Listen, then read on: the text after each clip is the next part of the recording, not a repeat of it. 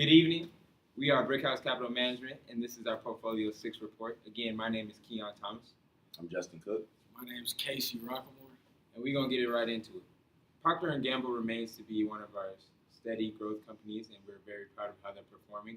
They closed last week at 101.64, and they closed this week at 104.05. Now, Procter & Gamble has recently been heavily involved with the Nebraska flooding. They have reached out and gave out their volunteer services, providing laundry services, food, water, cleaning products, everything that would be a necessity, traumatizing experience to people in need.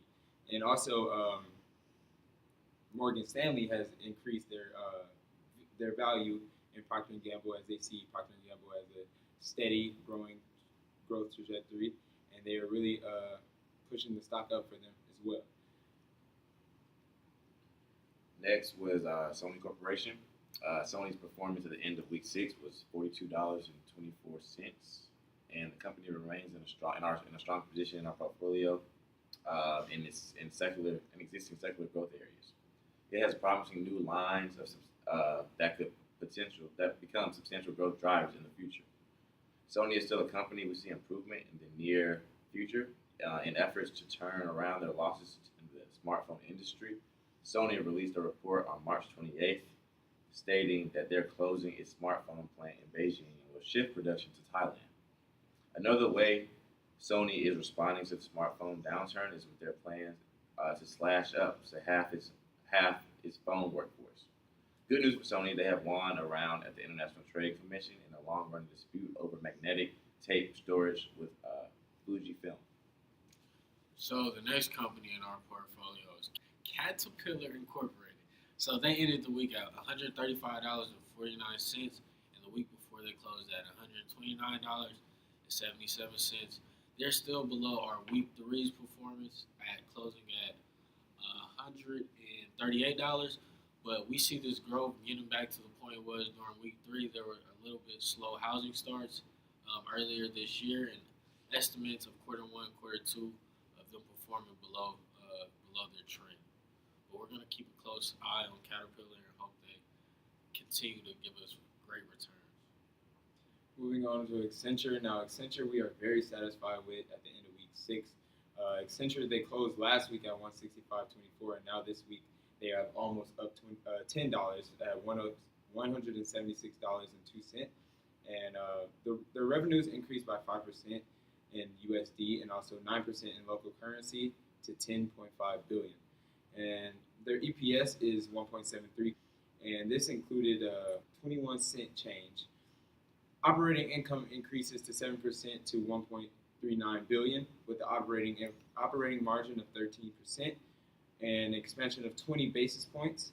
Record new bookings of $11.8 billion include consulting bookings of $6.7 billion and outsourcing bookings of $5.1 billion. Accenture also declares a semi-annual cash dividend of $1.46 per share and a 10% increase over the prior year. Now, Accenture is doing really well. We are happy to have them in our portfolio, and we will continue to watch them as the week goes on. And that's all I have for Accenture. Next is NVIDIA Corporation. Brickhouse has been satisfied with the performance after week 6. They closed at $179.48.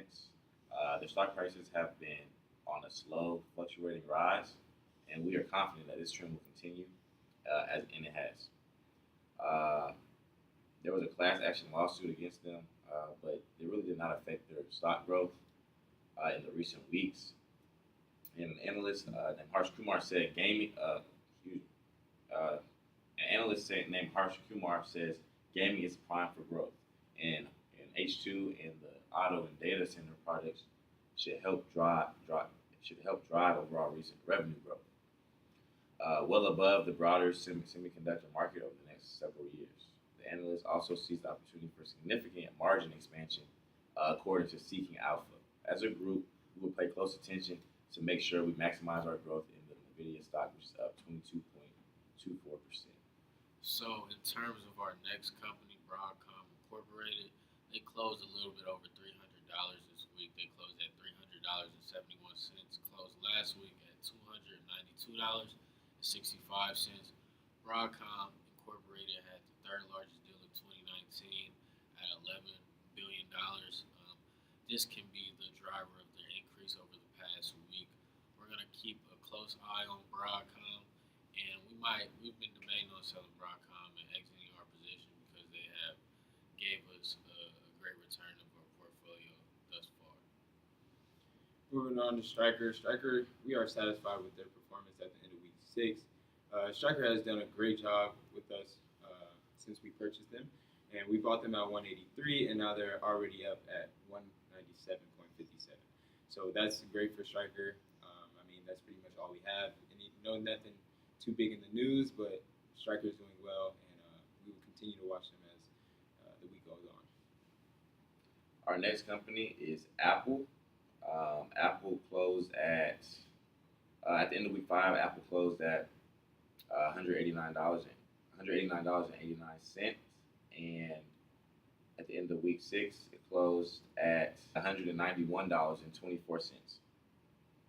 There hasn't been any recent news on Apple. They seem to be doing good and are very stable in our portfolio, and we look forward to keeping them in our portfolio and seeing their growth continue. So the next company we have is Diamondback Energy.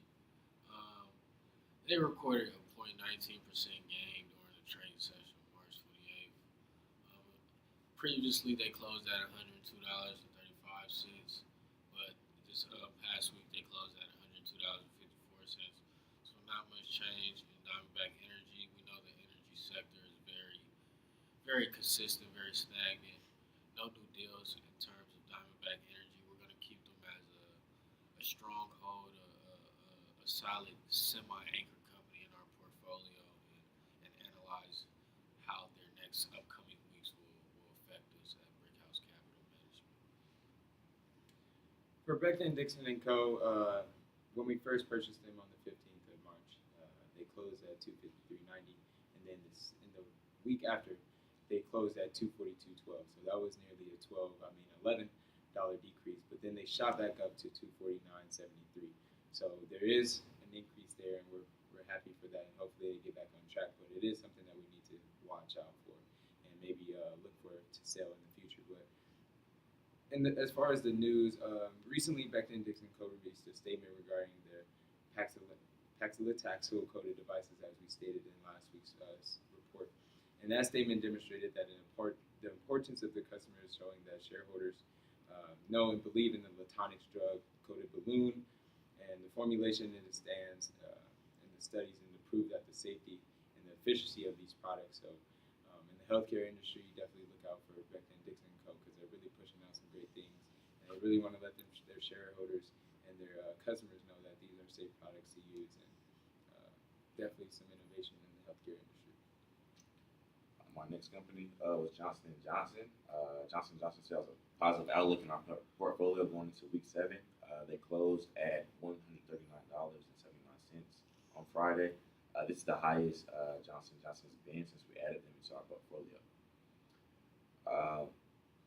Johnson & Johnson's scope of operations provides exposure to multiple areas within the healthcare sector. The company isn't just a top drug maker, but they also run a multi-billion-dollar consumer health and medical device businesses. Johnson & Johnson also has several growth drivers. It stands to benefit from increasing sales of Imbruvica and other fast-rising cancer drugs, Darzalex and Zytiga. The company's top immunology drugs, Simponi and Stellara and Tremfya, continue to deliver strong growth. Its consumer and medical device segments should also grow thanks to key acquisitions and launches of new products. So a new company in our portfolio is Prudential Financial Incorporated. We bought them at $90.31. They closed at $91.88. Not too much fluctuation between Prudential over this past week.